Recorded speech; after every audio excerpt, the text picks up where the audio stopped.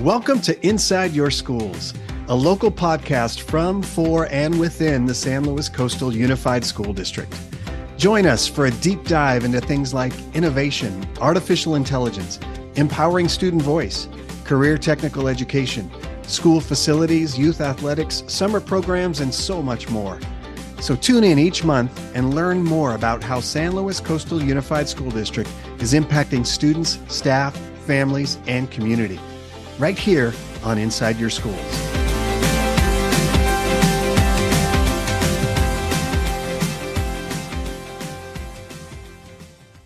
I'm your host, Terry Kohne, and today is our premier Inside Your Schools podcast. And who better to have as our first guest than San Luis Coastal Superintendent, Dr. Eric Prater. Dr. Prater, thank you for being the first guest on San Luis Coastal's first ever podcast episode.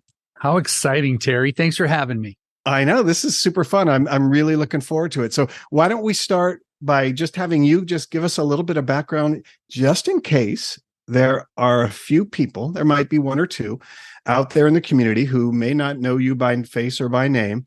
Tell us a little bit about who you are and how you ended up at San Luis Coastal now in your 14th year as superintendent.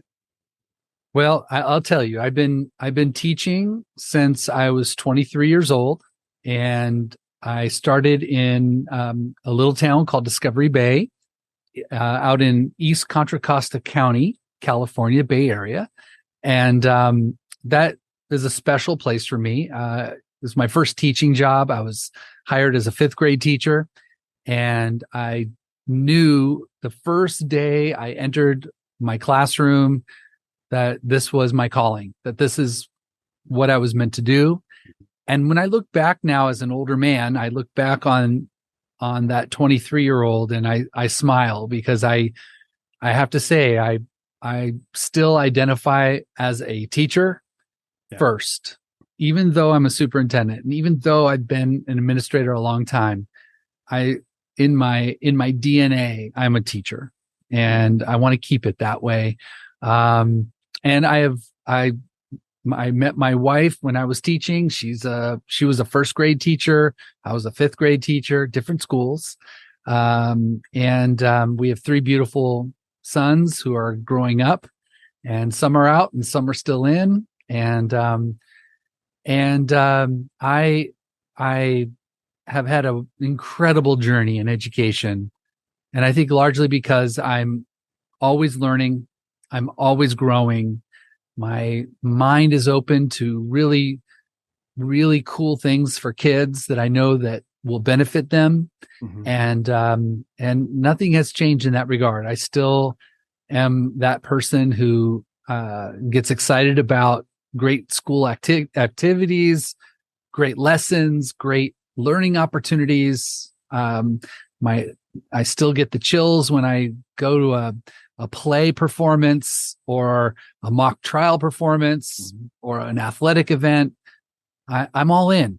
And, but yeah, I've had a great journey, and, I still feel young, and I still am,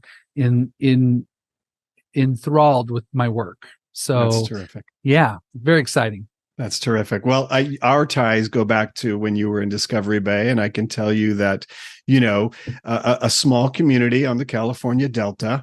And when you became superintendent after middle school principal, and then you got the call to sort of move up to the bigs, right? And San Luis Coastal recruited you, and their gain was our loss for sure. But I know you have found a home, and we're very excited for you and your family. So, and thank you for being part of this first podcast. So, speaking of which, first I want to just kind of give a shout out, because there are some people working the knobs and the dials behind the scenes. So thank you to the San Luis Obispo County Office of Education and Dr. Brescia, County Superintendent, and then some of the people who are behind the scenes, including Hugo Bastidos, Michael Garrett, and Jenny Curto for their work behind the scenes. So thanks you guys for all that you're doing to make this come to fruition. So Dr. Prater, let's talk a little bit about first the why, right? Because you and I have had this conversation before. Communication, community engagement, two very important things to you. I know part of the mission and vision of the school district. How does this strategy a podcast, which is kind of cutting edge. I see as cutting edge. How does this fit within sort of that broader mission of communicating and drawing in your broader community? Well, first and foremost, we believe, our school board believes, that parents are key partners in the education of our students. And in order to fulfill that, we have to make sure that in order for them to be key partners, they need to have information. They need to know what we're trying to do. And in the perfect world, they also have lots of input into the things that we do. So we have tried various ways to communicate with our parent community about the things that we're doing, to celebrate the things that benefit students. To that end, we've relied on the traditional methods like newsletters, and we push out 2 newsletters to our community a month, 2 newsletters to our staff members each month, as well as a weekly communication to our school board. That alone, we found, is not enough. Mm-hmm. So the board in this past summer added a 5th priority to their strategic goals for me. And that 5th priority is communication and engagement. Mm-hmm. And so over the summer, my team, we wrestled with ways that we could creatively reach out and find more parents, more members of our community that perhaps would find the podcast concept, a podcast series, a more suitable communication tool than reading a newsletter or going to an event at a school. And while all of those things are important, podcasts take into consideration the lives of busy parents, oftentimes who are commuting to work or might have a break in the action on a weekend and could turn on the podcast and go, I'm curious about that particular program, or I didn't know about that over there. And maybe by hitting that podcast button, it'll help deepen an understanding of what we're doing, as well as hopefully grow in appreciation for the incredible amount of work our staff, our teachers, our support staff have done to make schools in our community the places they are today. Terrific. Well, here's another little nugget that I found. This is something that the district has just published and put out to the community. It is an annual report. If you can see this annual report to the community, you can go to the district website, slcusd.org, click on annual report, and it's an interactive digital annual report, 8 full pages, demographics, information about the board, programs that really kind of ignite kids. And I just think it's really well done. So kudos to you and to the district for putting together such a terrific piece. So give us a little bit so let's talk a little bit about the district. About 7,500 students, right? 16 schools, including an award-winning adult education program that you have. Tell us a little bit about your schools and some of your priorities going forward in your 14th year as superintendent. Yeah, first and foremost, I would like to take a page out of the Maslowian model. And what I mean by that is, if students come to our schools and they don't feel welcomed, they don't feel like they have a seat at the table, then they're not going to be able to learn. They're just simply not going to engage their whole entire selves into the learning experience that the schools offer. Mm.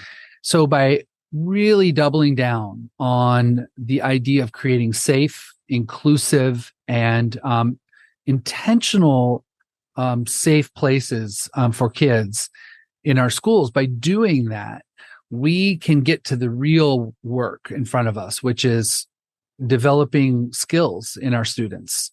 Because we believe that when students learn and achieve, they develop a greater sense of personal agency in themselves. And from that, they can really explore their passions and run with it.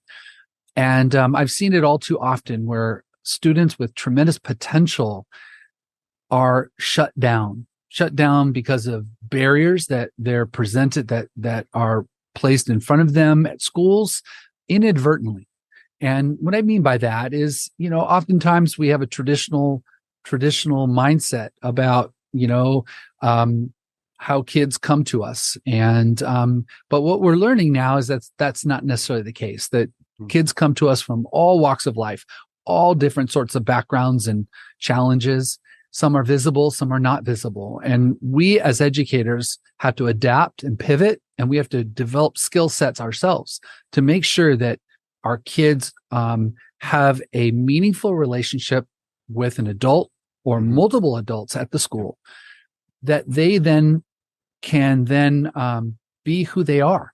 And once they get a sense and get the personal safety of knowing they can be who they are, then from there, we know that they thrive if we're paying attention on that. So for me, a top priority for me is making sure our kids feel welcomed, that they have a seat at the table, that their voice matters, and that we honor them for who they are. And now from there, the next piece is achievement. And, we are fortunate to have amazing students and amazing families, and the potential is off the charts in our district.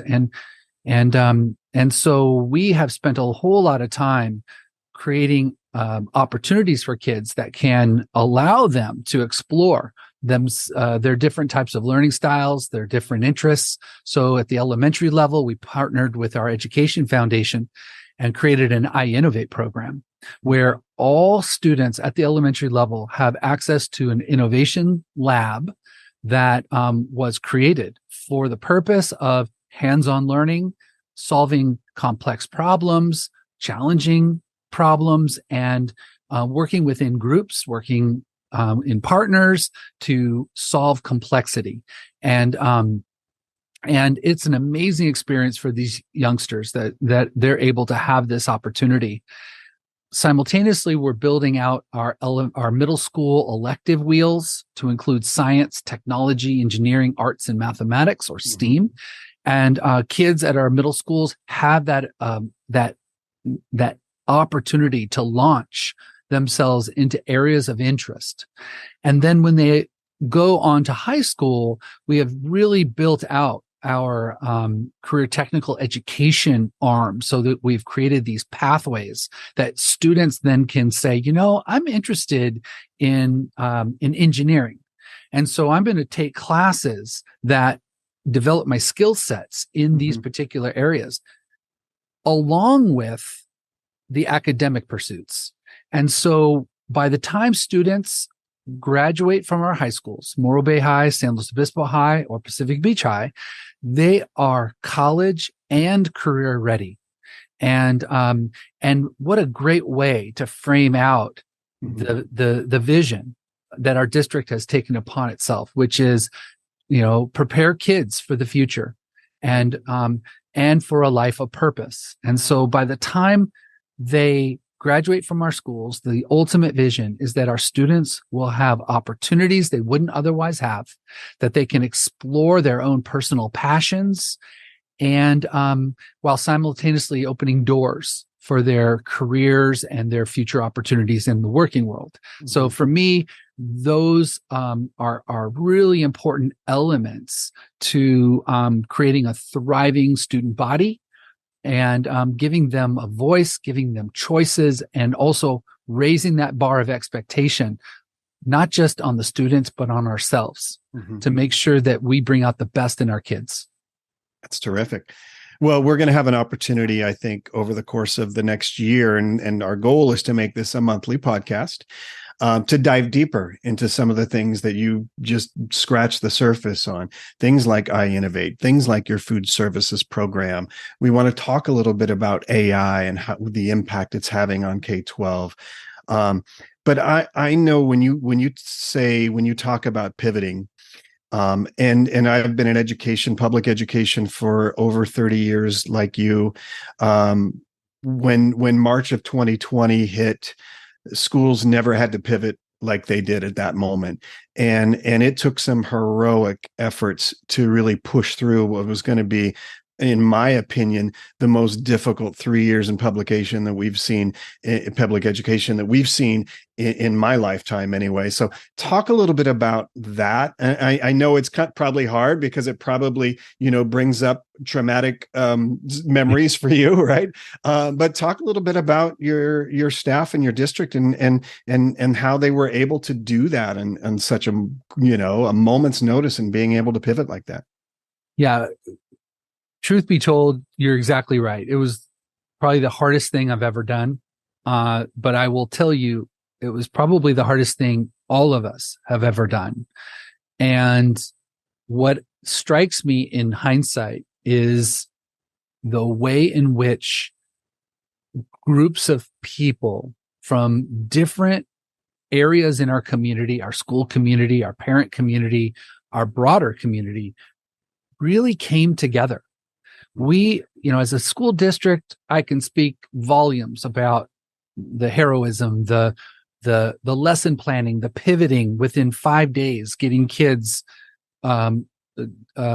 Chromebooks in their hands and hotspots and Wi-Fi and a virtual learning experience, and really just an amazing effort there. But I could also talk about our food service department that found a way to feed thousands and thousands of people Monday through Friday with a level of love and care and commitment and awareness that people were afraid, that people were food insecure. There were a lot of emotions that went along with it, but giving out food and really championing that as a priority. Mm-hmm. We had cars lined up all the way out Los Osos Valley Road for a mile for parents pulling in, grabbing entire food baskets mm-hmm. for their family and their students and their children. And, it was an amazing effort from that perspective. And then of course, as we transitioned back, that too was challenging because we were then pivoting back to an in-school environment, but yet we had all these structures that we had to follow and protocols, and it was masking, and it just was a very tricky and scary time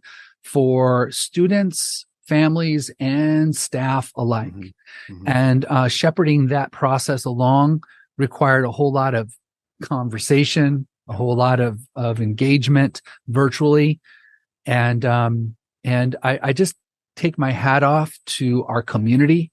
I take my hat out to our employees, our school board that hung together with us along the way, every step of the way. And yeah, there were some upset folks along the way, but for the most part, even those that were upset came along and worked through it. And I just applaud them. And I have great respect for the work that our community was able to do to rally around our students, our staff, and really prioritize their interests. And so for me, that was a key learning. Mm-hmm. And I'm glad that it's over. I really felt that as the students came back, I feel right now that in the first few weeks of school that I think we are really truly now moving forward. Mm-hmm. Whereas the last 2 years, it has been quite a trial because our students were dysregulated. A number of our students had to relearn how to be with other people and how to I'll call it executive functioning, how to be students again. Yeah, exactly. And we've done a lot of work in that area, and it's starting to pay off. Yeah. And so I'm really excited for what I'm seeing this year. And I feel like we're going to really take things to the next level in the coming months. Terrific. Well, we look forward to the coming months. We're going to dive deeper, as I mentioned, into a lot of the programs that really make San Luis Coastal the success that it is. But honestly, Dr. Prater, that's all the time we have for this session, and it just flew by, didn't it? It surely did. I could hang out with you all day, Terry. For sure. Well, let's do it again. Promise Okay. me. I will. Yeah, because there are so many other things I want to delve into, the staffing shortage, some of the other challenges, but certainly some of the ways that we can celebrate your school district and what the district and the schools mean to the community. So thank you to you, Dr. Prater. Appreciate your time. Thank you all for tuning into this episode, our premiere episode of Inside Your Schools, and we will see you next time.